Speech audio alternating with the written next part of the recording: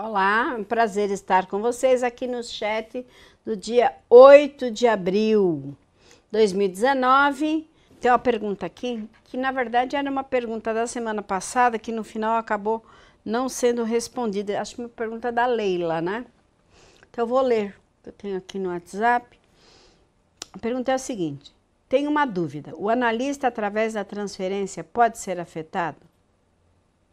A transferência pode levar o analista a um confronto com ele mesmo, com seu inconsciente? Então vamos lá. Tenho uma dúvida. O analista, através da transferência, pode ser afetado? Não. O analista se afeta com a contratransferência. Quem faz transferência, quem pode, quem deve fazer transferência, é o paciente, para com o analista, né? O analisando transfere, o paciente transfere para o analista. Isso é esperado, isso tem que acontecer. Essa transferência, ela deve ser positiva, porque se ela for negativa, há um problema na análise. Então, assim, o paciente precisa transferir para o analista, até porque psicanálise chama-se análise de transferência. A psicanálise integrativa não é porque ela é integrativa que ela vai mudar um conceito desse, absolutamente. Então, toda a psicanálise, ela é de transferência, mas é uma transferência do paciente para o analista. O que o paciente transfere? Ela transfere todos os seus afetos infantis em relação aos familiares, pai, mãe, irmão, sei lá, avós, pessoas que conviveram com ela, tudo convertido na figura do analista. Análise de transferência. O analista, por sua vez, Leila, então tem uma dúvida, o analista através da transferência pode ser afetado? Se ele se afetar com a transferência do paciente para cima dele, ele está cometendo contratransferência, que isso o analista não pode fazer, que é entrar nas mesmas emoções do paciente, reagir de acordo com o emocional e não reagir de acordo com o protocolo do manejo. Então, o analista não pode contratransferir. Por que um analista contratransfere? Geralmente é quando ele não fez análise ou quando essa análise não foi bem feita. Também uma análise pode não ser bem feita, por N motivos. Então, o analista que não for bem analisado, ele vai contratransferir. Por exemplo, os psicólogos não são obrigados a fazer análise para receberem o certificado. Os psicanalistas são obrigados. Mas nem sempre todo mundo fica o suficientemente bem analisado para não contratransferir. Ou seja, o paciente te fala uma questão dele, começa a chorar e você, analista, começa a chorar junto. Tem ideia que desastre é uma coisa dessas? Então o analista tem que estar... O analista tem problemas, como qualquer pessoa. Ele faz a sua análise, mas no momento em que ele analisa uma outra pessoa, ele não pode contratransferir, Leila. Entende? Então, há transferência e contratransferência, tá bom? Eu vou continuar. A Pauline já entrou. Olá, Pauline, tudo bem? Aí ela me diz assim: a transferência pode levar o analista a um confronto com ele mesmo, com o seu inconsciente? Bom, Freud vai dizer que quando nós estamos analisando alguém, nós analistas e o paciente, os nossos inconscientes, eles se conversam. Agora, se um analista se sentir afetado pelas transferências do paciente, ele não está suficientemente bem para estar atendendo. Ele precisa trabalhar isso em supervisão clínica, sendo ele estagiário, sendo ele psicanalista. O que não dá é para trabalhar desse jeito. Precisa...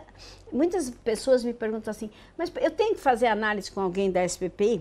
Olha, não é obrigado, mas é preferencial, porque na hora de você fazer estágio com matérias integrativas, você vai ter dificuldade com aquele analista que se formou de uma forma lacaniana, de uma forma junguiana, de uma forma freudiana.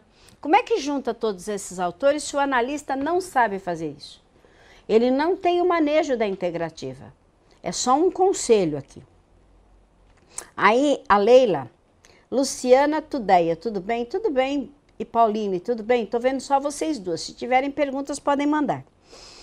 A Leila diz, no filme Além da Alma, que é Freud Além da Alma, em um momento eu senti que quando Freud percebe que Cécio mentiu em relação ao pai, ele percebe que também pode estar enganando em relação às lembranças que tem do seu.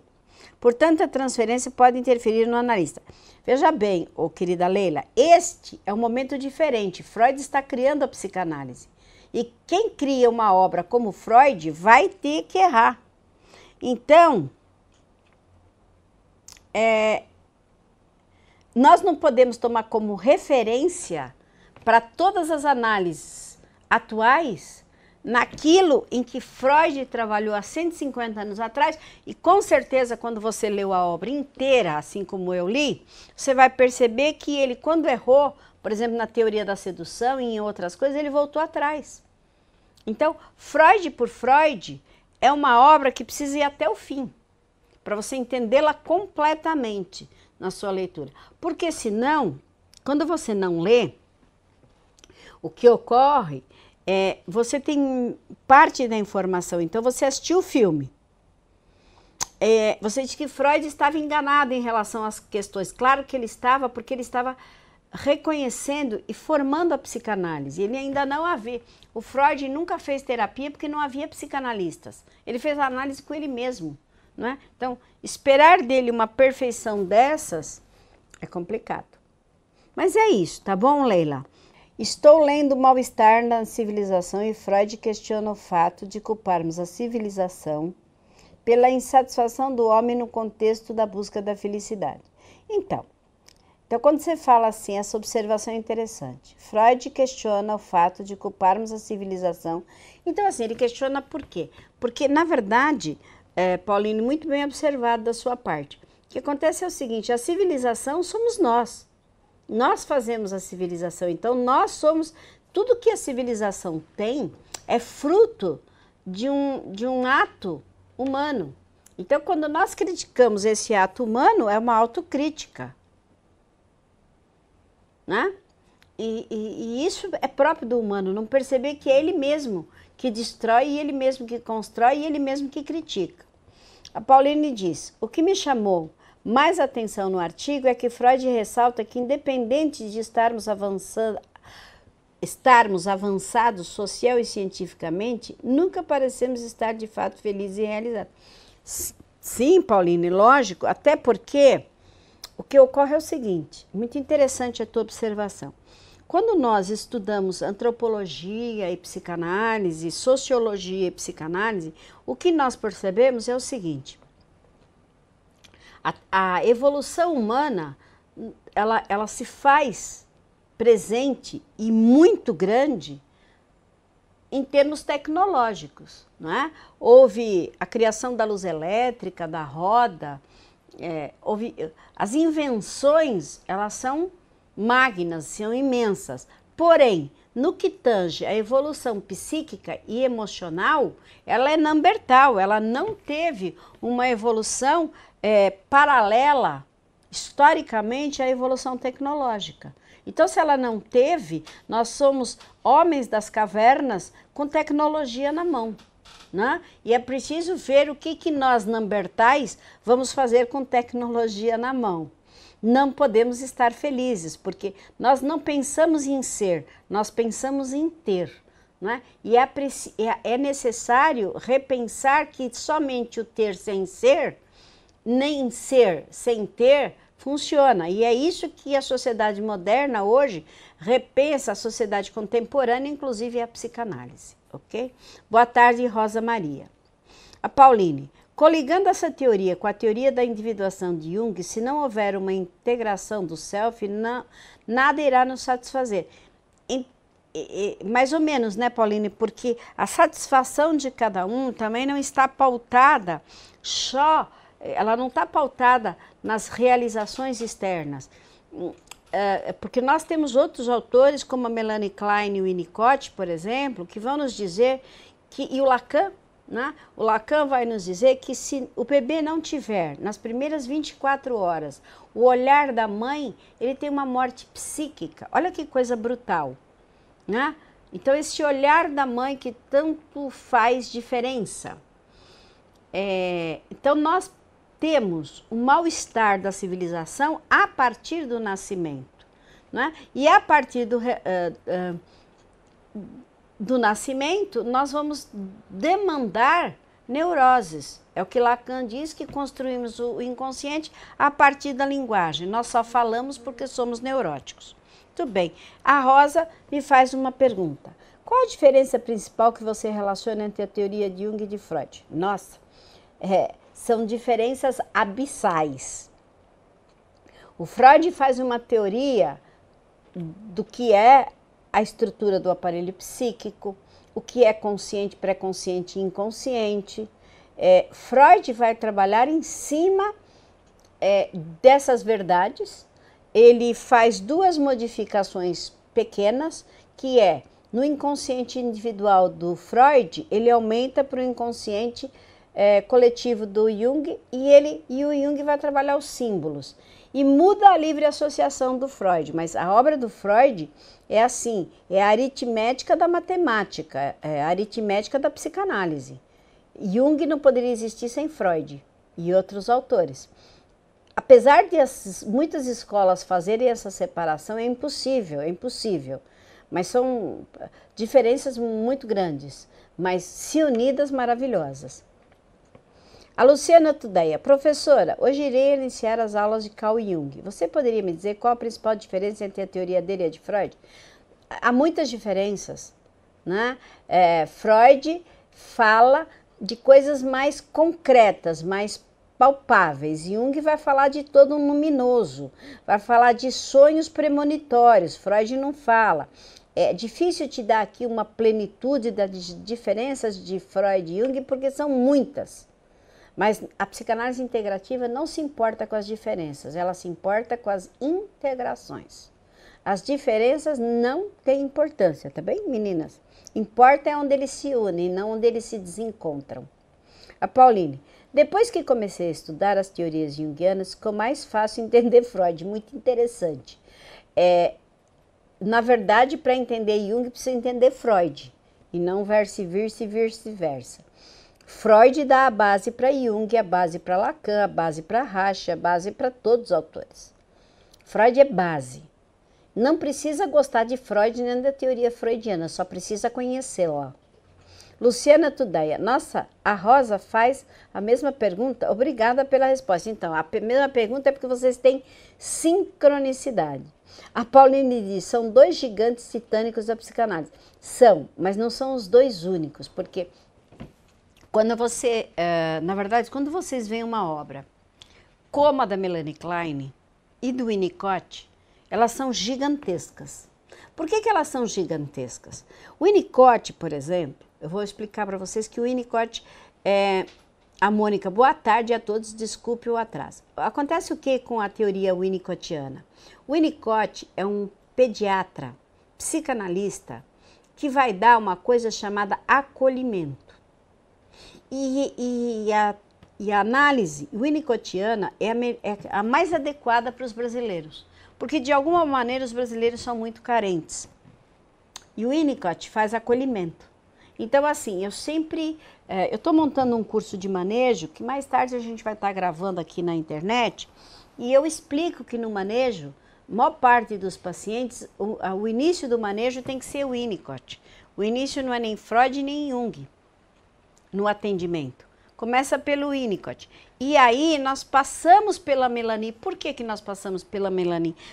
Porque a Melanie Klein, ela vai versar muito pelo primeiro ano de vida, para que a gente possa fazer um diagnóstico do paciente. Porque assim, o Jung, por exemplo, não traz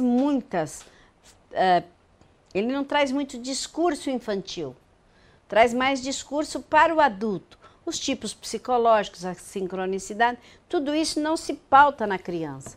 E a psicanálise está mais pautada na criança. Na verdade, vocês gostam muito do Jung porque ele parece mágico. Mas ele não é mágico, não, ele é extremamente científico. É que a forma como ele se apresenta é uma forma lúdica. Mas é importante entender que a importância de Winnicott e da Melanie para o atendimento aqui no Brasil é fundamental. Depois sim, nós vamos entrar com autores como Freud, Jung, Lacan e Reich, que, a meu ver, fundamentam o resto desse protocolo de atendimento. Claro, a gente poderia falar de Bion, sei lá, de François Doutor, mas não teriam a magnitude que tiveram esses 5 autores.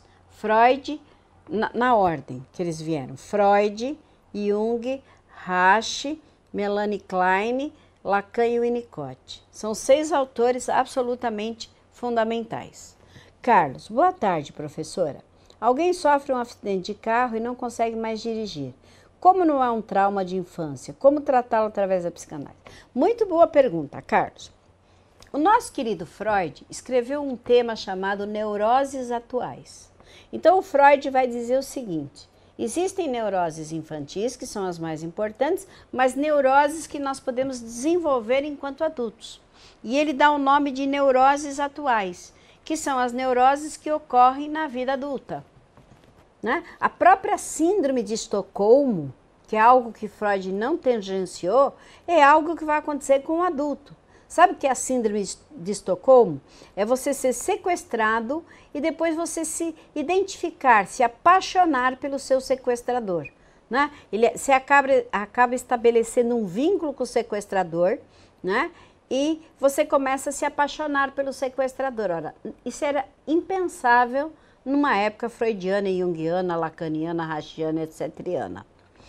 Então, não são somente os traumas de infância que Freud fala. Freud vai falar nas neuroses atuais, que são síndrome de burnout, que é o que acontece quando as pessoas não aguentam mais estar no trabalho. Então, uma série de síndromes, Carlos, que não estão catalogadas nos livros de mas que podem ser tratadas com a obra de Freud, com o protocolo de técnicas da integrativa.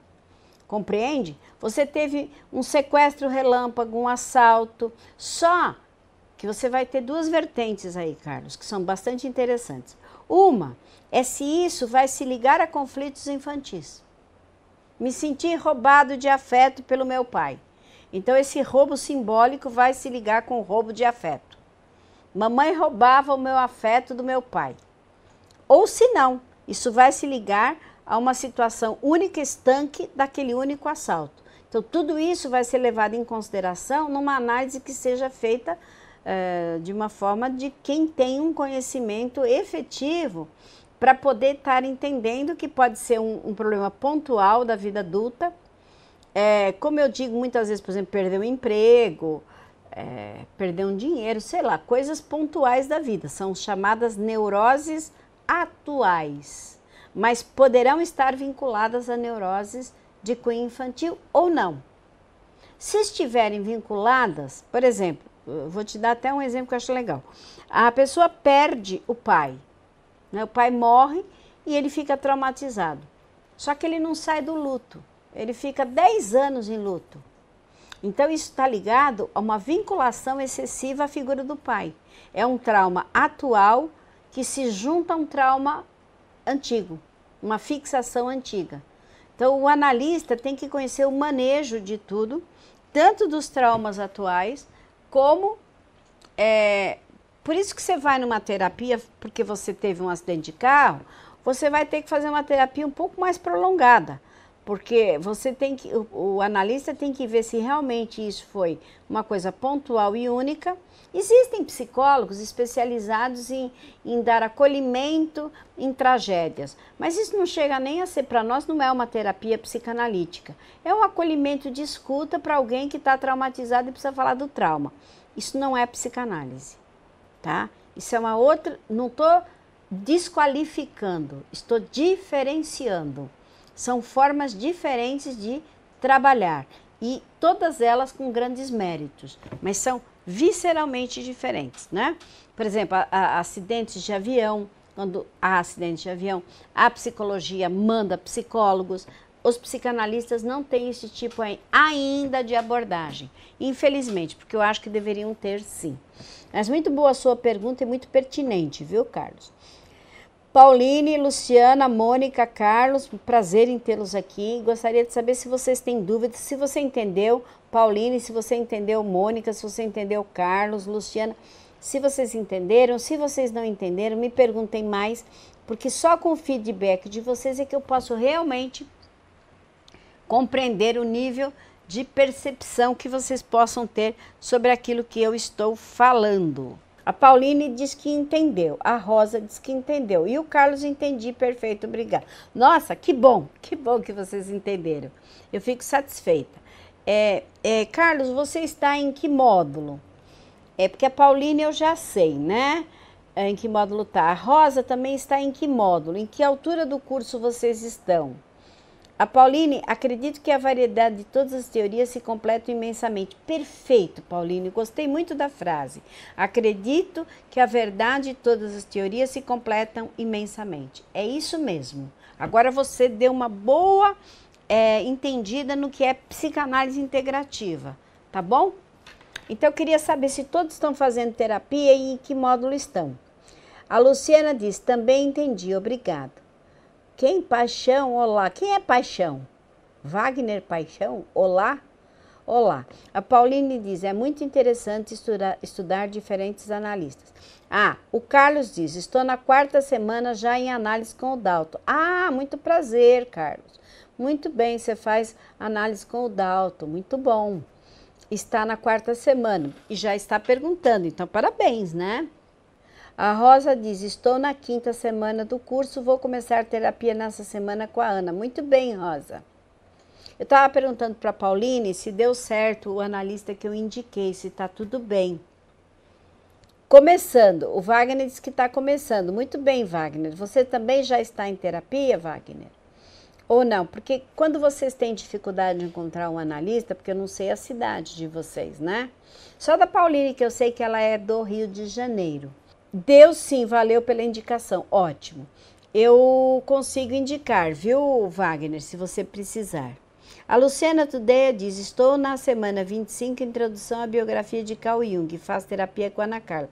Muito bem. Então, quem tiver necessidade de procurar o terapeuta, porque às vezes eu sei que, sei lá, dependendo da localidade, as pessoas têm dificuldade em achar um analista. Eu vou passar aqui o meu WhatsApp para vocês que precisam entrar em contato. A Mônica diz, módulo 19, sim, faço análise com José Maria Pires e Pinha, muito bom.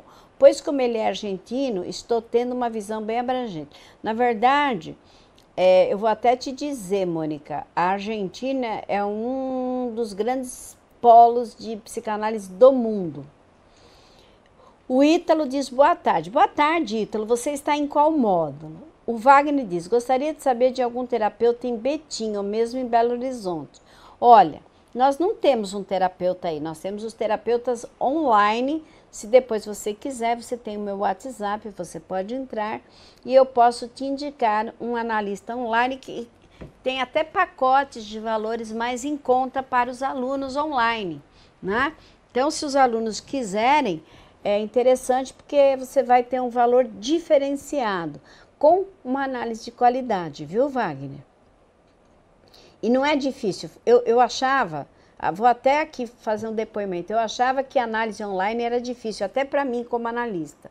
Hoje, eu estou tão habituada a esta ferramenta que até entrevista eu faço pelo Skype. Então, a Mônica diz, sim, seria Inglaterra, França e Argentina. Não sei se a senhora concorda. Não é exatamente nessa sequência, não. Depois eu te explico. Mas eu já te explico, Mônica, a sequência hoje de como se fixa a psicanálise no mundo. O primeiro país em psicanálise no mundo é Brasil. Somos o único país com sindicato. Isso é interessantíssimo, né? Depois nós temos a França, depois a Argentina e depois a Inglaterra. Eu acho que você nem tem esse dado. O Ítalo diz, estou na 16ª semana, psicopatologia na visão freudiana. Sejam todos muito bem-vindos. Então, assim, estava explicando que a terapia online, por exemplo, para mim, que atendo online bastante, a Mônica diz, muito obrigada. Então, essa a psicanálise está se dividindo. Hoje o Brasil é um exportador de psicanálise, hein? É um expoente de psicanálise, por incrível que pareça. Também somos uma fábrica de doidos, tínhamos que ser uma fábrica de psicanalistas. Então, explicando para vocês da terapia online, o que acontece com o meu atendimento e de outros analistas com quem eu converso. Eu atendo o paciente online, né? Eu tenho aqui essa câmera para... O Ítalo diz, estou adorando o curso, cada aula descubro algo novo. Que bom! Seja muito bem-vindo, Ítalo. No atendimento online acontecem coisas incríveis. Eu vejo a pessoa dentro da casa dela, do ambiente dela. E, de vez em quando, passa a família, passa a mãe, passa o marido, passa o filho, passa a esposa. Eles me apresentam. E, na verdade, eu entro na casa da pessoa e eu consigo conhecê-la melhor que se ela viesse no meu setting. Então, o setting online é algo que deveria ser escrito, não existe. Eu tenho esse reconhecimento pessoal. O Ítalo, o Wagner diz, que interessante isso, o Brasil é um celeiro de psicanalistas e de neuroses, porque existe uma matéria, Wagner, chamada etnopsiquiatria, que é na psiquiatria, que diz as doenças psiquiátricas conforme as etnias. Nós temos também as neuroses conforme as etnias. O brasileiro, por ter muitas, é o segundo país em miscigenação no mundo. Então, nós temos aqui representadas as neuroses de quase o mundo inteiro. Somos uma arca de Noé de neuroses. Gostou disso, Wagner? A Pauline diz, professora, estou cogitando a possibilidade de cursar Sociologia e gostaria de saber, a partir do seu ponto de vista, como poderia integrar para mim como analista. Bom, eu posso dar uma visão para você, mas eu vou dar assim, puxando a sardinha para o que eu gosto. Você não vai ficar brava. Eu acho que você deveria fazer letras, porque letras coincide com a própria linguística, com a semiótica, com a palavra. Então, assim, não tem nada que case melhor que filosofia, EAE, letras e história com psicanálise. Sociologia, eu não sei exatamente o que você faria, né? Conhecer o ser social, existe sociologia e psicanálise, mas isso é muito mais a nível universitário do que a nível básico, mas é possível. O Ítalo, São Paulo, então, deve ser um caldeirão de neuroses. Olha... Eu não sei, eu sou sujeita, porque eu moro em São Paulo há muitos anos. Eu sou portuguesa, cheguei no Brasil no dia 19 de abril de 1962, em Santos. Eu amo este país, amo esta cidade, atendo adoidado. Eu tenho 40 anos de profissional, nunca parei de atender, só não atendo mais porque não tenho horário. E é assim, o Wagner disse que adorou a Arca de Noé, mas é isso mesmo, nós somos a Arca de Noé das espécimes neuróticas do mundo. Quiser vir para cá, e com essa chuva é a Arca de Noé mesmo. Então, assim, existe um caldeirão de possibilidades, não é? De nós estarmos hoje trabalhando com pacientes, porque assim, gente, Freud ocupou-se de neuroses. Ele ocupou-se basicamente de 3 neuroses. Neurose histérica, neurose obsessiva e neurose fóbica. Ele atendeu os psicóticos e atendeu os perversos que não vão para análise? Sim, mas era uma época que nada estava dividido. Nós vamos ter, por exemplo, o Jung, ele ocupou-se muito mais de esquizofrênicos, pois foi ele quem criou o termo, do que Freud. Freud não se ocupou de esquizofrênicos e nem Jung se ocupou tanto de neuróticos. Então, Jung vai se ocupar muito da clínica psiquiátrica.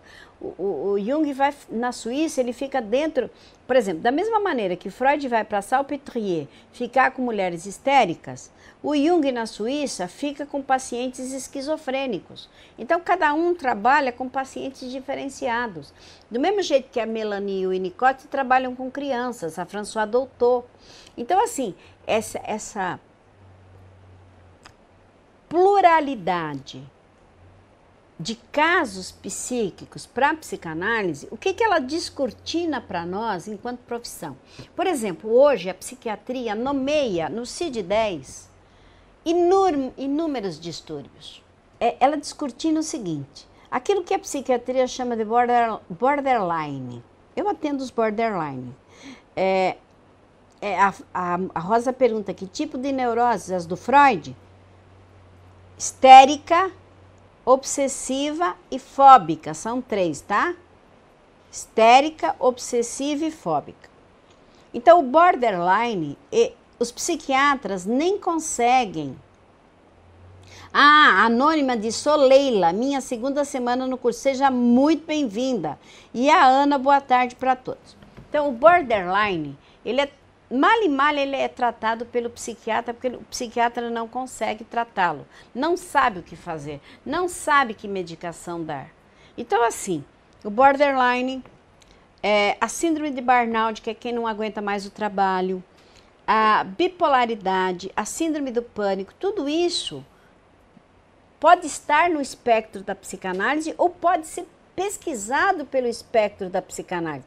Nós não temos livros de autores de psicanálise falando especificamente de borderline, exceto a Tati Ades aqui em São Paulo, mas não chega a ser um compêndio, como um compêndio de psicopatologia que vá nos abordar o borderline com casos pesquisados com psicanálise, quer seja freudiana, junguiana, rashiana, integrativa.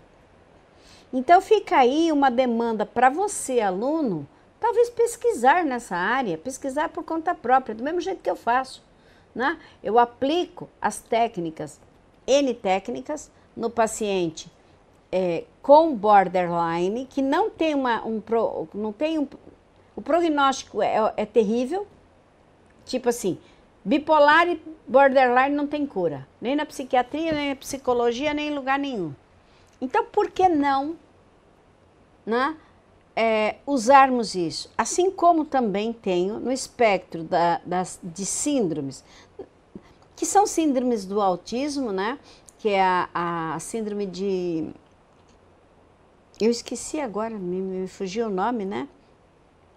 Eu tenho uma aluna, uma estagiária, que é minha paciente, que está fazendo uma monografia num atendimento que ela faz numa síndrome via Skype e ela está tendo resultado com psicanálise. É a síndrome de Asperger, que é do espectro do autismo. E esse tipo de Asperger, ela está atendendo e essa Asperger está respondendo, boa tarde, Renata, ela está respondendo bem à terapia psicanalítica. Isso é protocolo, isso não existe. Síndrome de Asperger com psicanálise. Essas síndromes são tratadas ou por psicopedagogos, ou por psiquiatras, ou neurologista. A Pauline diz, professora, qual manual de transtornos nós analistas podemos fazer uso? Todos. Vocês vão ter que fazer uso do manual de transtornos, ou seja, psicopatologia em Freud, psicopatologia em psicanálise, em psiquiatria, em pedagogia. São manuais diferentes. Por exemplo, em pedagogia, que é o caso da dislexia, a psicanálise nunca atuou. TDAH também não. Agora, conhecer é uma coisa. Aí, Pauline, para conhecer, nós temos que usar manuais de psicanálise, psiquiatria e pedagogia, ou psicopedagogia, para conhecer. Porque nós não vamos atuar numa área que os psicólogos e os pedagogos, os psicopedagogos atuam, porque nós não temos formação para isso. Inclusive fazer uso de testes nos quais os psicanalistas nem os psiquiatras têm liberdade, são testes exclusivos da psicologia e da psicopedagogia. Então são áreas que podem ser conhecidas, mas não podem ser demandadas como uso prático, né? Nós não vamos atender um disléxico, não há muito o que fazer por ele. Pelo menos até agora não houve pesquisa o suficiente para nós sabermos o que fazer com uma dislexia, um transtorno do déficit de atenção, que é o TDAH. Né? São transtornos que nem tudo a psicanálise abrange, né? Ou pelo menos não abrangeu até os dias de hoje com os autores que nós temos aí.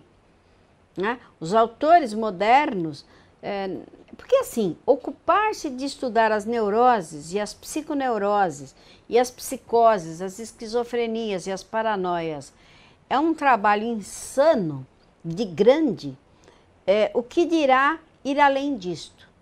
E a psicanálise tem 150 anos, ela como pertence à ciência, ela é extremamente jovem. E ela atravessa dois tipos de ciência, a cartesiana, que é absolutista, e a relativista, que é do Einstein. Então, assim, a psicanálise é fruto de um turbilhão de acontecimentos nos últimos 200 anos da humanidade que nos mudaram mais do que 1 milhão de anos.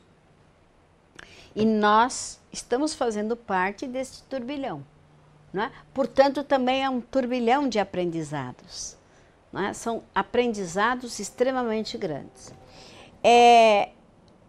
A anônima é a Leila, né? Quem que é a anônima aqui? Deixa eu ver o nome dela. É Leila. Leila, professora, a esquizofrenia pode ser resultado de um trauma? Não, não. A esquizofrenia, ela vai ser dividida em tipos de esquizofrenia, né? E ela é um distúrbio ainda sem uma etiologia perfeitamente conhecida, mas não de um trauma. A esquizofrenia, assim, não tem cura a não ser com medicamentos. Tá aí mais uma coisa, nós, a SBPI tem uma parceria com a Sociedade Brasileira de Esquizofrenia, e nós temos um professor, o Arlen Lucas, que atende esquizofrênicos. Eu também. Mas o esquizofrênico, ele não, na maior parte das vezes, ele melhora com a psicanálise, mas ele não deixa de usar a medicação. E não tem nada a ver com traumas. Ela se agrava com os traumas, mas ela não é produzida por traumas. Pelo menos a psicanálise ainda não consegue explicar isso, não é? É uma clínica muito difícil, a clínica, porque você vai ter o esquizofrênico desde o paranoide até o catatônico. Então, há muitos, também, nós temos dentro das psicopatologias, nós temos também um espectro da intensidade e o tipo da psicopatologia. Não é simplesmente uma psicopatologia. Então, é um esquizofrênico. Mas é um esquizofrênico o quê? Tem sempre lá um outro quesito que vai qualificar aquela esquizofrenia, né? Se ela for paranoide, se for um núcleo esquizoide. Então, são coisas diferentes, difíceis de diagnóstico, elas precisam da corroboração de um psiquiatra, que às vezes também tem dificuldade de diagnosticar. A coisa mais difícil em psicanálise e psiquiatria é diagnosticar. Então, já que é difícil diagnosticar, o que é que nós damos como alternativa para o nosso aluno? Se você não souber o que é, aplique as técnicas e observe o resultado. Coisa que em medicina não se pode fazer. Eu não posso dar um remédio sem saber o que é. Mas em psicanálise eu posso. É uma questão psíquica. Então eu posso fazer o que, professora? Eu posso atender o paciente com as técnicas, com o protocolo das técnicas de todos os autores. Eu posso usar uma caixa lúdica com um adulto e encontrar um resultado a partir disso. E aí eu também estou criando protocolo. A Ana me diz o seguinte: oi, Fátima, eu tive um aluno que trabalhei com ele 3 anos utilizando a música, o lúdico e o vínculo afetivo para ajudá-lo. Sim, musicoterapia, nós não podemos dar isso no curso, mas é extraordinário o que a música faz, porque a música são sons harmônicos. E essa harmonia é transferida por ondas que caminham no tempo e no espaço. E essas ondas alcançam não só o cérebro, como a mente, como todo o campo eletromagnético do nosso organismo. Então, a música tem a possibilidade de abranger campos e campos. Nas aulas de regressão, eu dou aula de musicoterapia. Nas presenciais, naquelas que vocês vêm fazer as técnicas. Porque eu uso a música em várias oportunidades, tanto para ambientar como para tratar. E nós sabemos que a música, inclusive nos hospitais, ela está sendo usada porque ela faz regredir muitas patologias. Não é bem o foco da psicanálise, mas eu acho muito interessante o que você falou, porque é fato a utilização da música. Hoje já há faculdades de musicoterapia. Nós temos usado a música na clínica, mas especialmente na clínica de regressão e na clínica de hipnose. Ela diz aqui: ele tinha dificuldade de aprendizado e não ficava parado. Enfim, saía da sala e ficava correndo. Então, a partir do momento em que você colocou música, você passou a dar uma demanda para a criança de, talvez, paz, de diminuição da ansiedade. Eu já experimentei isso, Ana, com crianças usando mantras. É assim, num sítio, havia uma vivência e eu lá, sei lá, com 10, 15 crianças, para poder organizá-las, eu usei um mantra e elas se acalmaram. Muito bem. A Leila diz, tem uma dúvida, o analista através da transferência pode ser afetado? Eu já expliquei. Ó, o analista, ele não pode transferir. Quem transfere, o paciente transfere para ele, Leila. O paciente transfere para mim. Se eu ficar afetado, chama-se contratransferência. E contratransferência é tudo que nós não podemos fazer. Nós fazemos análise para não contratransferir. Ok? Então, quando o analista fica afetado com a transferência do paciente, ele tem que ir lá no analista dele e fazer supervisão clínica, porque ele está com problema. Ele não pode ficar afetado. O paciente transfere para o analista e o analista não pode contratransferir para o paciente. Você está fazendo, suponhamos que você está fazendo análise comigo. Você diz assim, Fátima, eu quero matar a minha mãe. O que eu devo fazer? Te perguntar, mas por quê? Agora, se eu responder assim, mata ela com um porrete, eu acabei de contratransferir, eu acabei com a análise. Eu não posso fazer isso. Então, esse é um problema que o analista tem que tratar. Ele não pode contratransferir. O paciente pode transferir tudo, mas ele tem que transferir coisas positivas. Se ele transferir negativas, precisa mudar de analista.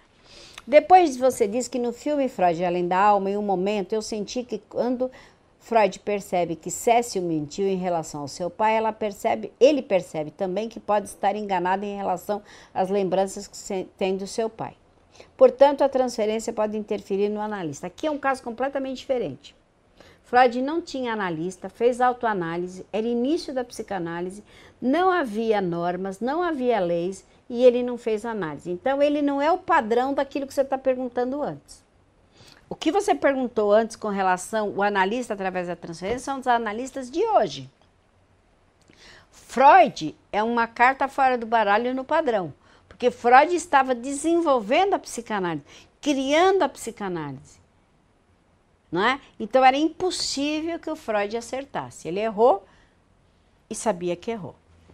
A Ana diz, e os pais estudavam muito com ele. Ela continua falando do menino. E ele passava readaptando, é isso. Eu vi a música e o lúdico e muita conversa e atividades que fomos trabalhando juntos. Ele foi melhorando e sua concentração comigo e fomos crescendo e fazendo acordos. É, exatamente. Então, a Leila agradece. Entendeu, Leila? É assim que funciona, tá? A questão da nossa análise está baseada no que se chama análise de transferência. Senão, é por isso que os psicólogos não fazem análise, nem fazem análise de transferência. Eles fazem análise comportamental cognitiva. Análise de transferência, quem faz é o psicanalista. E a transferência é do analista para o psicanalista. Quando o psicanalista faz isso, ele está contra-transferindo, e é tudo que ele não pode fazer. Ui, acho que eu já falei demais, né? Tô aqui para isso. Mais perguntas, tô aqui para responder, né? Bacana vocês estarem perguntando, né? Acho que isso mostra que vocês estão bastante interessados no curso, estão bastante atentos, não é? E que vão ser analistas de qualidade, porque estão preocupados em entender. Isso é fundamental. Outra coisa que eu preciso avisar, alguém tinha me perguntado, as leituras que você tem durante uma semana, se são obrigatórias todas. Não, não precisa ler tudo, não. É no correr do curso, tá? Eu não me lembro aqui quem perguntou, tá? O Wagner pergunta, Freud foi muito corajoso ao romper com os preconceitos da época. E isso abriu realmente um novo tempo para a humanidade. Sim, ele rompeu, o Wagner, ele pagou um preço alto por isso, né? Porque ele foi muito criticado, ele chegou a... cuspiram nele durante alguns congressos, queimaram os livros dele na Alemanha em praça pública. Ele perdeu, bom, não foi por causa da psicanálise, mas ele acabou perdendo 4 irmãs para o nazismo. Se não fosse a princesa Marie Bonaparte pegar metade da fortuna dela, dar para para os nazistas, o Freud teria morrido no nazismo. Então a vida do Freud foi também corajoso e muito sofrido, né? Ele teve um câncer de mandíbula, fruto de uma neurose de conversão histérica, segundo ele, mais o charuto que ele fumava, e ele sofreu 14 cirurgias e horrivelmente até morrer, né? O Wagner diz, Breuer no final rompe com ele. Sim, rompe porque Breuer não concordava com a teoria da sexualidade infantil. Imagine 150 anos atrás, até porque a palavra sexualidade, eu já expliquei várias vezes, não quer dizer genitalidade. Isso aqui é uma sexualidade e não há sexo genital. Mas Freud não explicou dessa forma. Então Breuer e todos daqueles daquela época ficaram chocados com a ideia de que a criança tivesse uma sexualidade. Mas nós sabemos que a criança tem a pulsão de vida e a pulsão de morte, e a pulsão de vida é sexualidade a partir do nascimento. Então ela não tem gozo, ela tem prazer. A criança nasce e tem prazer em mamar no seio da mãe. Esse é o primeiro ato de sexualidade da criança, não de genitalidade. Agora, Freud não foi entendido dessa forma. E se mesmo dessa forma, a palavra sexualidade era um escândalo, porque quando nós vamos ver Viena do ponto de vista sociológico, né, como era a vida das pessoas de Viena, cheia de neuróticos, a própria imperador e imperatriz que sofriam de neuroses graves, a Sissi, se você pesquisar o momento do nascimento da psicanálise em Viena, você vai ver que eles vinham de uma época vitoriana. Então, a época vitoriana, onde era tudo proibido, as mulheres tinham que usar roupa até aqui, tudo fechadinho. Não se podia falar a palavra sexo. E Freud foi falar sexualidade. A Leila pergunta, explicar um pouquinho a pulsão de morte. A pulsão de morte é a mesma coisa que a pulsão de vida. São duas pulsões cuja energia é a libido. Só que há momentos em que a gente usa essa energia por uma coisa de construção e há momentos em que se usa isso para destruição. Então, a destruição pode ser qualquer coisa, até uma depressão pode ser uma destruição, tá? Pulsão de vida e pulsão de morte. Nossa, preciso até voltar aqui porque tem coisa demais, né? Prazer poderia estar relacionado com afeto, sentimento de gozo, com desejo sexual. Prazer não tem nada a ver com afeto. Até porque afeto em psicanálise não tem nada a ver com carinho, tem a ver com afetação. Prazer, é sentir prazer. É aquilo que dá prazer, não associa com afeto. E sentimento não tem nada a ver com gozo. Uma pessoa está gozando não é porque ela está tendo um sentimento. Você poderia dizer uma sensação, aí eu concordo. A sensação do gozo. Ok, é uma sensação pluri. Mas não mistura isso não, Wagner, não tem nada a ver. Pauline, professora, eu gostaria que nos explicasse um pouco da bissexualidade. Vixe Maria. Da bissexualidade psicológica. Não, não tem bissexualidade psicológica. Freud vai dizer que nós nascemos bissexuais, nós ainda não temos uma definição de gênero no sentido de desejo objetal. O desejo objetal, temos um gênero biológico, mas o desejo objetal, para Freud, vai se instalar a partir de 3 a 5 anos, que é no complexo de Édipo. Então, e no narcisismo, que é quando se complementa com figuras iguais. É bem complexa a pergunta. Ana, e no último ano, ela continua com o menino. Ele desabrochou, ficou com uma concentração ótima na música e começou a tirar notas altas e a prestar atenção nas aulas. Os pais, a professora dele e a coordenadora vieram conversar comigo sobre a boa evolução que ele fez e como foi importante a música para ele. Por isso, resolvi fazer psicanálise com você, para poder ajudar a pedagogia com o lúdico, a psicanálise com a pedagogia,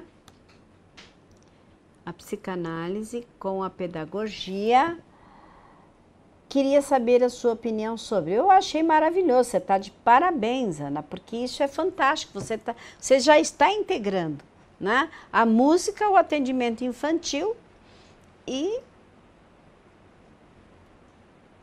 só tem parabéns aqui, tá? Pauline, bissexualidade psicológica.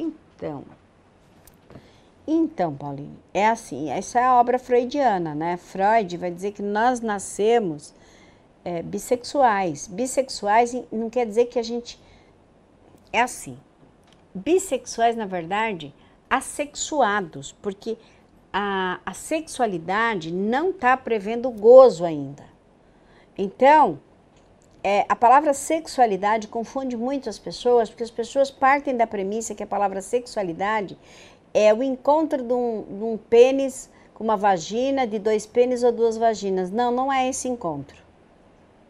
Não é isso, né? Há uma dessexualização do gozo e existe o prazer. O prazer, ele pode existir em qualquer coisa.